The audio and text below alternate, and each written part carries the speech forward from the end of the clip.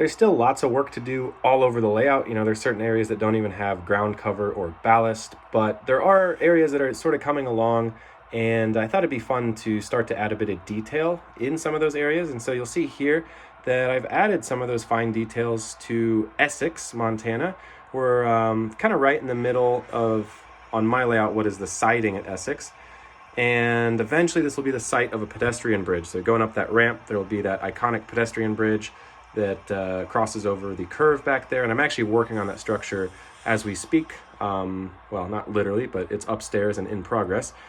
And so hopefully I'll have an update on that soon. But the scene here, you'll see I've just added some details. This is artistic license. These exact details aren't here on the prototype. But I've added some signage that used to be in the scene of Crawford here. I had taken that down for obvious reasons, but I had forgotten about it till recently. So I plopped our no trespassing sign in there. This is a custom-made light pole that's next to it as well. So that's just a bamboo skewer that I, added some grooves and grit to with a fine tooth sort of saw, a hobby saw, and then painted it, of course.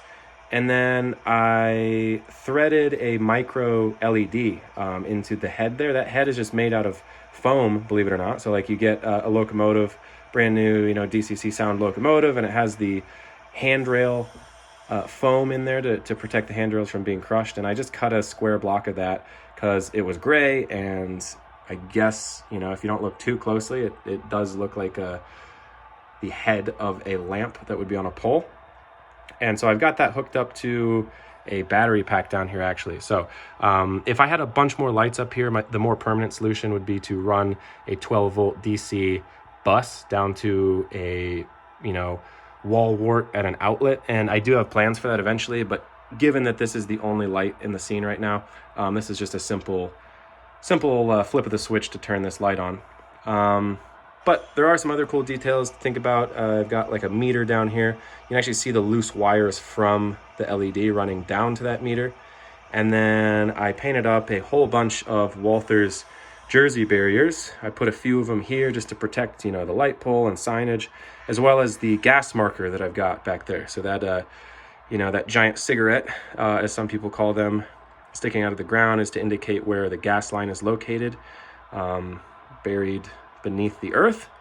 And that's a cool little detail that I've been adding elsewhere too. So you'll see there's another one right here as well. So definitely a cool perspective. I like how these details add a lot to the scene. And you look down the length of Essex, definitely has a sense of space and scale as well. And you'll have to keep in mind that area back there, that gap in the trees, I do intend to fill that with some more vegetation, a couple different kinds of trees and some bushes as well, so that we're not just staring at the bare backdrop. So coming around the curve here at Essex, we're heading eastbound and up the grade just about here. And down in this big curve, you'll see there's a lot of loose earth, and there's even like a cut in the hillside right there.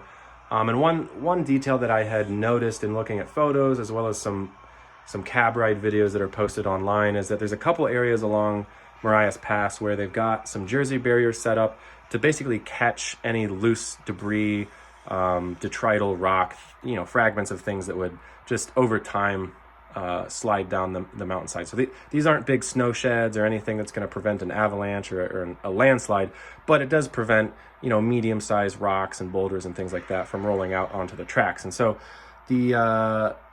this is the rest of that pack of Walther's Jersey barriers right here. So I saved 3 of them for Essex, but the rest of them I propped up right here to represent one of those sort of, I guess, rock barriers, if you will.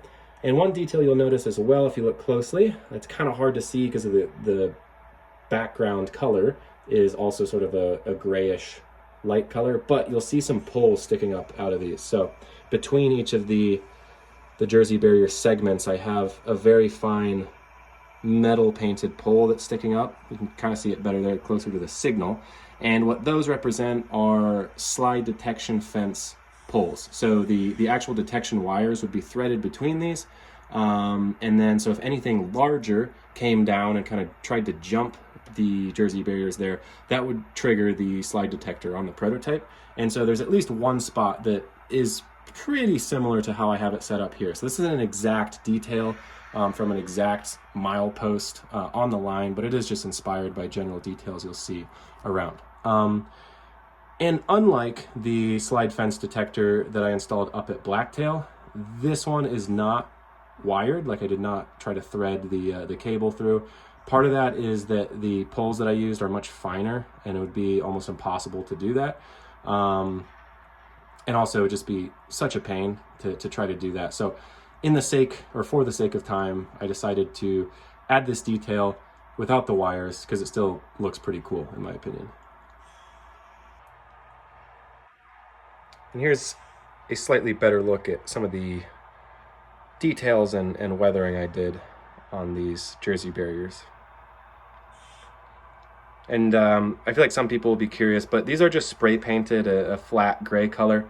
And then I took some brown and black acrylics and just dry brushed those down the side. So I didn't do anything crazy with the weathering here. I just wanted this to be a very quick project, but I think they came out looking pretty cool.